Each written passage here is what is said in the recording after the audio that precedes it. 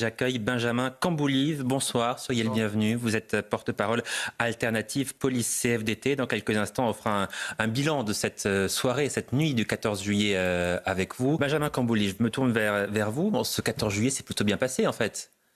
C'est plutôt bien passé, oui, mais avec un dispositif de 65 000 policiers et gendarmes, j'ai envie de vous dire, encore heureux qu'on arrive à peu près à contenir. Donc ça s'est bien passé, mais à quel prix? C'est ça la question. C'est ça l'idée, c'est que déjà il faut comprendre que ça coûte extrêmement cher aux contribuables. Parce que quand vous faites déplacer comme ça des compagnies républicaines de sécurité, des compagnies de gendarmes mobiles, bon, vous avez les frais de carburant, vous avez les frais de logement, vous avez les astreintes, les permanences judiciaires, les heures supplémentaires, tout ça c'est le budget du ministère de l'Intérieur. Donc c'est assumé par le contribuable. Ensuite, qu'est-ce que ça veut dire qu'on mais hier, il y avait 65 000 forces de l'ordre déployées sur le terrain. On sait combien ça coûte une journée 14 juillet, 65 000 policiers sur le terrain, policiers et gendarmes? Je ne saurais pas vous le chiffrer, mais c'est un chiffre monumental. C'est un chiffre en millions d'euros en tout cas. C'est quelque chose d'énorme. Et c'est aussi le signe du manque d'effectifs chronique, même sans dispositif d'exception. Parce que quand vous en êtes à venir retirer des compagnies républicaines de sécurité sur certains points de tension, comme les frontières, ou certaines cités extrêmement violentes, où il y a besoin de présence de police pour limiter le trafic de stupéfiants, ça veut dire que ces effectifs-là vont laisser des trous dans le dispositif, vont laisser des trous dans la raquette. Donc ça va être aussitôt exploité par les passeurs qui vont faire rentrer des migrants pour les frontières. Et puis dans les cités où vous retirez ces forces, les violences vont éclater et le trafic de stupes va reprendre immédiatement. Il faut comprendre que déjà au départ, si on les avait mises là, c'était pour combler des carences en effectifs. Non mais ça veut dire que la nuit du 14 juillet, par exemple, quand les forces de l'ordre sont mobilisées dans les grandes villes pour assurer et contrôler les festivités, il y a plus de migrants clandestins qui entrent en France? C'est mécanique. Si vous enlevez les forces qui sont là pour garder les frontières, forcément c'est exploité. Et au départ, la police aux frontières elle-même n'a pas les effectifs pour assurer ses missions. C'est pour ça que maintenant il y a un renfort quotidien de forces mobiles. Quand ça devient quotidien, c'est pour pallier une lacune en termes d'effectifs, bien sûr. D'accord, c'est un peu... Oui. C'est déshabiller Paul pour habiller Jacques. Oui, c'est terrifiant ce que vous nous dites en fait. Ça coûte cher opérationnellement, et ça coûte cher sur les deniers donc, du contribuable, et puis c'est très impactant pour les forces de l'ordre qui sont surexploitées, suremployées dans ces activités-là. C'est connu, par exemple, les trafiquants exploitent cela comme une faille, ils savent. Ils voient bien qu'il n'y a plus de force pour garder, et c'était déjà le cas par exemple pour la finale de la Coupe d'Europe. C'est le cas lors de tous les grands événements en France, en fait, en réalité. Oui, les trafiquants, les passeurs s'organisent autour de cela pour, augmenter leur trafic lorsqu'il y a des événements importants dans le pays. Mais c'est pas neuf qu'on manque de police nationale. C'est-à-dire qu'on est à flux tendu en période normale. Dès qu'il y a un dispositif d'exception, on tire sur la corde et on crée des failles. Pour ce phénomène des attaques au couteau à présent qui ne cesse de croître, nouvel exemple à Paris, dans la nuit de samedi à dimanche, un homme a reçu 2 coups de couteau alors qu'il était dans un bus de nuit. Ça s'est passé dans le 14e arrondissement de Paris. Tout cela parce qu'il a refusé de prêter son briquet. Benjamin Camboulive, te décrit Louis Morin, c'est bon. Vous rêvez de ce monde-là, mais vous, l'ensauvagement, c'est votre quotidien. Oui, c'est-à-dire que c'est évidemment ce à quoi on devrait pouvoir aspirer, mais la réalité, ces plus de 4000 tentatives de meurtre par an en France. C'est cette violence qui est partout, tout le temps, et qui peut vous tomber dessus pour tout et rien. Donc là, c'est un briquet, ça peut être une cigarette refusée, c'est la même chose. La problématique, c'est en effet les bus de nuit, qui sont extrêmement dangereux, parce que le chauffeur est seul à l'intérieur. Vous avez un système de vidéo. Alors, là, ça va être utile, par exemple, pour l'enquête. On va exploiter les vidéos du bus pour essayer de retrouver l'auteur qui est en fuite. Mais ce n'est pas les vidéos qui vous protègent sur le moment. Donc, vous y faisiez allusion, effectivement, les femmes ont déserté, enfin, celles qui peuvent ont déserté les bus de nuit. Toutes celles qui peuvent faire autrement font autrement. Ce qu'on peut interroger, c'est ce qu'on entend dire en ce moment, c'est d'essayer de durcir la législation sur le port du couteau. Mais ça, il faut bien comprendre que, déjà, comment on fait, qu'on ne va pas s'amuser à palper tout le monde dans les rues. Et après, en termes de sanctions, vous n'aurez jamais un magistrat qui va vous mettre un an ferme pour le port du couteau.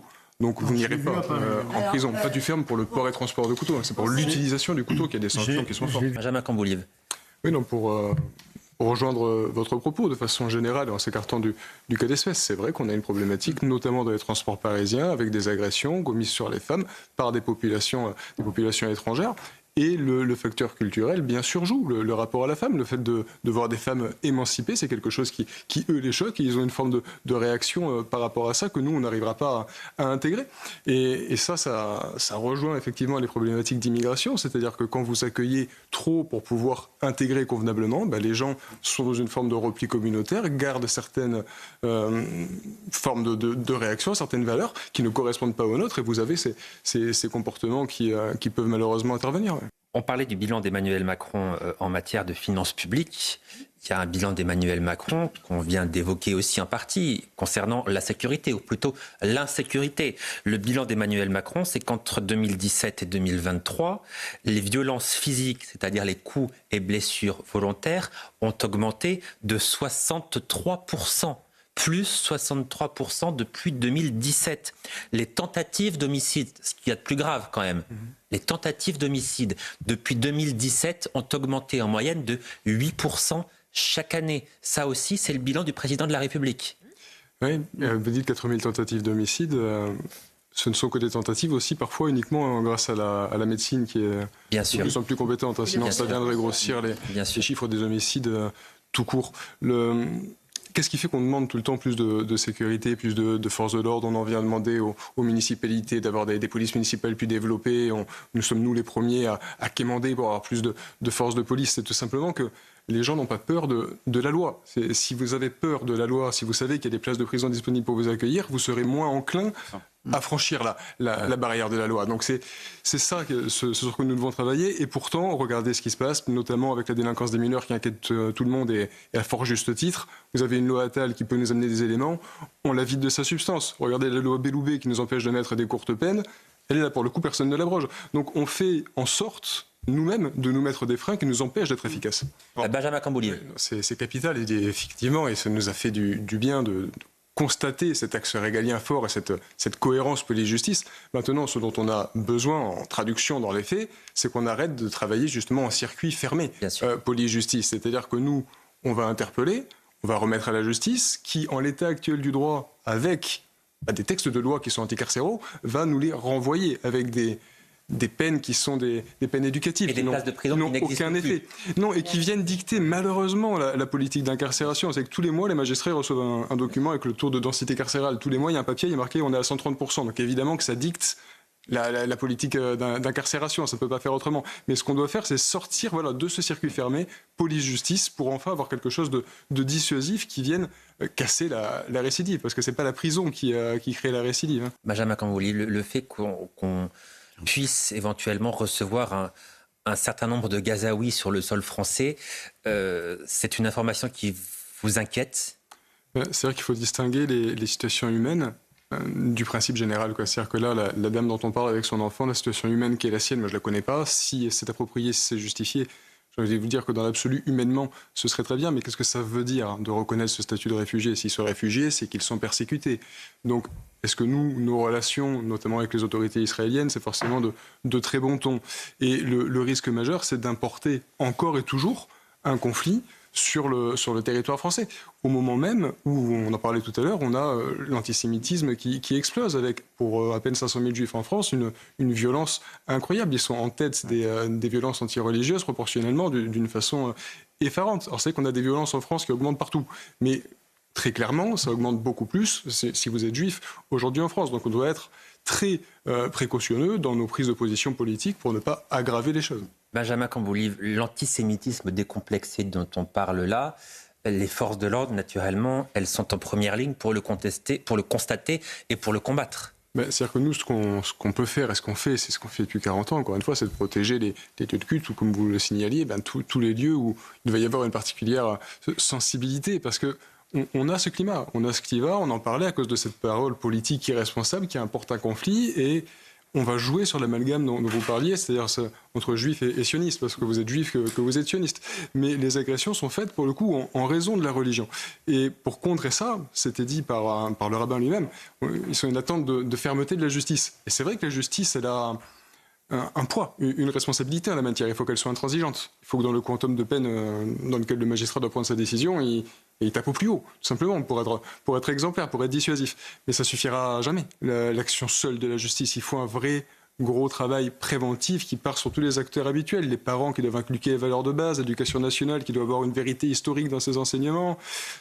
Tout est complet, quoi. Il y a la parole politique et responsable, il y a les médias qui doivent être objectifs dans ce qu'ils font. Et la police, elle reste dans ce qu'elle peut traiter, c'est-à-dire malheureusement les conséquences de l'antisémitisme, uniquement les conséquences. Ce que vous dites là aussi, pardon, c'est effrayant, parce que vous dites les parents doivent jouer leur rôle. Parce que ça a quadruplé en milieu scolaire. Ça n'est pas le cas pour un certain nombre d'entre eux. L'éducation nationale doit pouvoir enseigner toute l'histoire et rien que l'histoire. Ouais. Ça n'est pas le cas, on le sait très bien, notamment dans un certain nombre de banlieues.